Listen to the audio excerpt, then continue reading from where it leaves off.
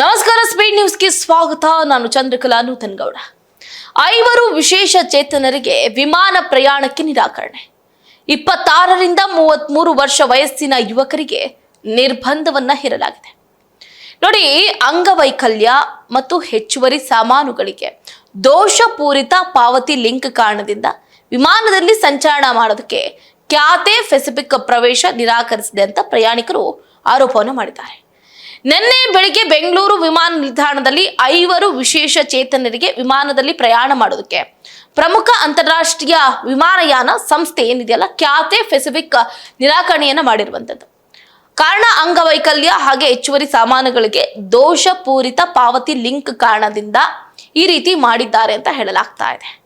ಈ ಮಧ್ಯೆ ವಿಮಾನ ಹತ್ತೋದಕ್ಕೆ ಯುವಕರ ತಂಡ ಸಮಯಕ್ಕೆ ಸರಿಯಾಗಿ ಪಾವತಿ ಮಾಡಿರಲಿಲ್ಲ ಅಂತ ವಿಮಾನಯಾನ ಸಂಸ್ಥೆ ಹೇಳಿಕೊಂಡಿದೆ. 26ರಿಂದ 33 ವರ್ಷ ವಯಸ್ಸಿನ ಈ ಯುವಕರ ತಂಡ USA ಆದ್ಯಂತ 3 ತಿಂಗಳ ಸಂಗೀತ ಪ್ರವಾಸದಲ್ಲಿ ಭಾಗವಹಿಸೋದಕ್ಕೆ ಹೊರಟಿರ್ತಾರೆ. ಅವರ ಉದ್ಯೋಗದಾತ Samarthanam trust for the disabled ಅವರಿಗಾಗಿ ಬ್ರಿಟಿಷ್ ಏರ್ವೇಸ್ ಮೂಲಕ 6,24,430 ರೂಪಾಯಿ ಪಾವತಿಸಿ ಸ್ಪಾಟ್ ಟಿಕೆಟ್ಗಳನ್ನು ಬುಕ್ ಮಾಡಿಕೊಂಡಿದೆ. ಎಷ್ಟು? 6,24,430 ರೂಪಾಯಿ ಪಾವತಿಸಿ, ಅಂದ್ರೆ ಅದು ಕೂಡ ಸ್ಪಾಟ್ ಟಿಕೆಟ್ಗಳನ್ನು ಬುಕ್ ಮಾಡ್ಕೊಂಡಿದ್ದಾರೆ. ಇದರ ಸ್ಥಾಪಕ ಮತ್ತು ವ್ಯವಸ್ಥಾಪಕ ಟ್ರಸ್ಟಿ ಮಹಾಂತೇಶ್ GK ಅಸಮಾಧಾನಗೊಂಡಿದ್ದಾರೆ ಈ ವಿಷಯಕ್ಕೆ ಸಂಬಂಧಪಟ್ಟಂತೆ. ಯಾಕಂತಂದ್ರೆ ಅಂಗವೈಕಲ್ಯ ಪ್ರಯಾಣಿಕರ ವಿರುದ್ಧ ಈ ರೀತಿ ನಿರ್ಲಕ್ಷ್ಯ ತೋರಿದಿರುವಂತಹ ಕ್ಯಾಥೆ ಪೆಸಿಫಿಕ್ ವಿರುದ್ಧ ಕಾನೂನು ಕ್ರಮ ಕೈಗೊಳ್ಳೋದಕ್ಕೆ ಯೋಚನೆ ಮಾಡಿಕೊಂಡಿದ್ದಾರೆ. ಅದರಲ್ಲೇ ಇದೆ ಕ್ಯಾಥೆ ಪೆಸಿಫಿಕ್. ಏನೇ ಆದ್ರೂ ಕ್ಯಾಥೆ ಮೊನ್ನೆ ರಾತ್ರಿ 11 ಗಂಟೆಯ ನಂತರ ಟರ್ಮಿನಲ್ 2 ನಲ್ಲಿ ಈ ಘಟನೆ ನಡೆದಿದೆ. ವಿಶ್ವ ಅಂತರ ಕ್ರಿಕೆಟ್ ಚಾಂಪಿಯನ್ ಲೋಕೇಶ ಮತ್ತು ಸಂಪೂರ್ಣ ದೃಷ್ಟಿಹೀನ ಸಂಗೀತಗಾರರಾದಂತಹ ಪ್ರಣಯ್ ತಾಪಾ ಪಶ್ಚಿಮ ಬಂಗಾಳದ ಮೂಲದವರಾಗಿರ್ತಾರೆ ಇವರು. ಇನ್ನು ನಾಮ್ಚಾಂಗ್ ಬುಯಿಂಗ್ ಜೆಮೆ ಅಸ್ಸಾಂನ ಮತ್ತು ಕರ್ನಾಟಕದ ಅಶೋಕ್ ಹನುಮಂತಪ್ಪ ದಾವಣಗೆರೆಯವರು ಹಾಗೆ ಬಡೇಸಾಬ್ ನದಾಫ್ ಕರಡಿಗುಡ್ಡ ಅವರು ಗುರುವಾರ ಬೆಳಗಿನ ಜಾವ 1:15ಕ್ಕೆ ಹೊರಡಬೇಕಾಗಿದ್ದಂತಹ ತಮ್ಮ ವಿಮಾನ CX-624 ಚೆಕ್ ಇನ್ಗಾಗಿ ಟರ್ಮಿನಲ್ 2 ನಲ್ಲಿ ಕ್ಯಾಥೆ ಪೆಸಿಫಿಕ್ ಕೌಂಟರ್ಗೆ ಬಂದಿರ್ತಾರೆ.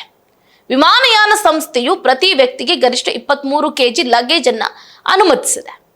5 ವಿಮಾನ ಹತ್ತೋದಕ್ಕೆ ನಿರಾಕರಿಸಿದ್ದು ಅಲ್ಲದೆ ಟರ್ಮಿನಲ್ ಕಟ್ಟಡದಿಂದ ಹೊರಗೆ ಹೋಗುವಂತೆ ವಿಮಾನಯಾನ ಸಿಬ್ಬಂದಿಗಳು ಆದೇಶವನ್ನು ಹೊರಡಿಸಿದ್ದಾರೆ ಅಂತ ಆರೋಪ ಮಾಡಲಾಗ್ತಾ ಇದೆ.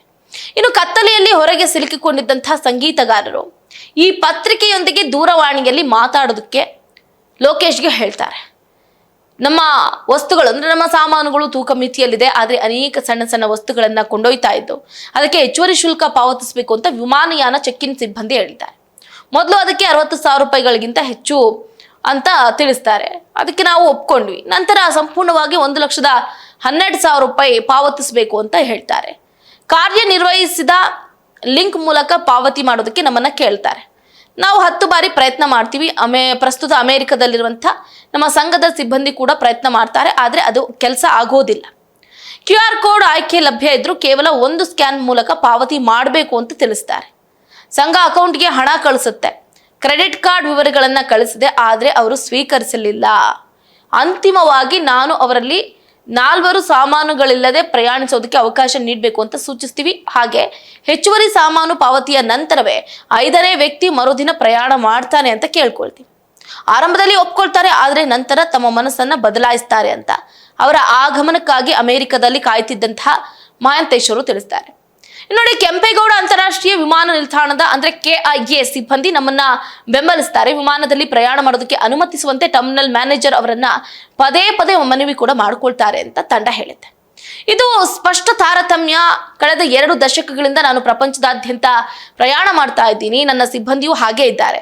ನಮಗೆ ವೀಲ್ ಚೇರ್ಗಳು ಅಥವಾ ಹೆಚ್ಚುವರಿ ಸಹಾಯವನ್ನ ನೀಡುವ ವಿಮಾನ ನಿಲ್ದಾಣಗಳು ಮಾತ್ರ ಇದೆ, ಆದ್ರೆ ಪ್ರಯಾಣಕ್ಕೆ ಅವಕಾಶ ನೀಡ್ತಾ ಇಲ್ಲ.